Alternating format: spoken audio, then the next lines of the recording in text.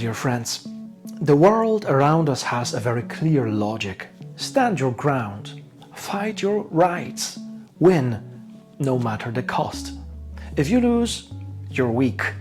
If you step back, you failed. But Christian faith proposes something radically different. Don't build your life on yourself, build it on God. The only point where these two logics touch is the human heart with all its desires, fears, hopes. Today's readings, this Sunday, and especially the reading from the Gospel of Matthew about the Beatitudes, are about this Christian logic which wins through even the apparent loss. So the first reading from the prophet Zephaniah speaks in a time of instability, fear, and uncertainty as well. Empires are rising and failing. Power seems to belong to the strongest, and yet God says something unexpected. My future belongs to the humble, the poor, the truthful, the quiet ones. Not to the clever and powerful, not to those who are always knowing how to secure their advantage. God delights in people the world would call naive, weak, unsuccessful. People for whom yes means yes and no means no. People who trust God more than their own calculations. And that thought follows in the second reading. There, St. Paul makes this even clearer in the letter to the Corinthians. God does not favor human wisdom, human status, their influence, or noble birth. Why? Because very often those who have everything believe they no longer need God.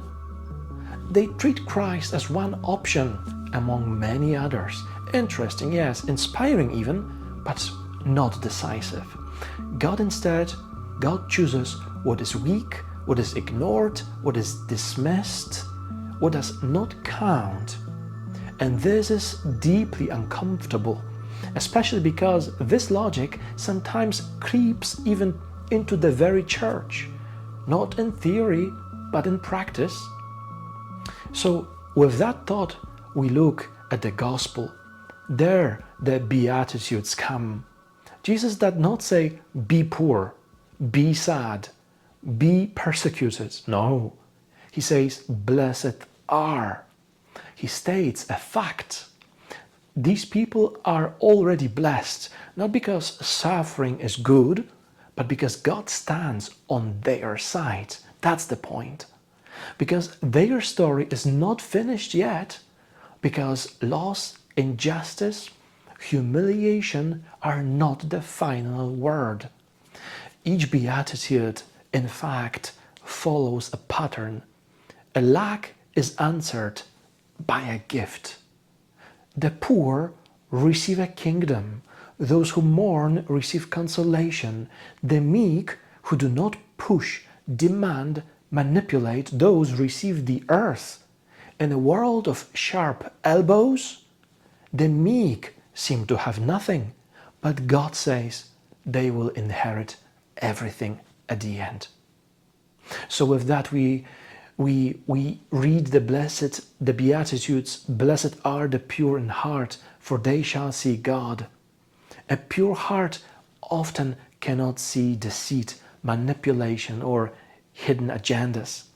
Such people are often called naive, yet precisely because they see less evil, God allows them to see the greatest good, God Himself. And then, only then, the most shocking words, blessed are you when people insult you, persecute you, and falsely accuse you because of me. Jesus, the Lord, does not say, escape it at all costs.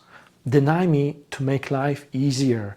Pay back evil with evil. No, the Lord says, rejoice. Not because suffering is pleasant, but because God will not forget a single injustice. And if God delights in the humble, perhaps they do deserve our deepest respect. Not the strongest voices, Not the most successful, but the poor, the sick, the defeated, the overlooked, especially if they remain upright. Losses and failures can become victories if we do not abandon truth, integrity, and love. Because in God's logic, nothing lived in righteousness is ever wasted.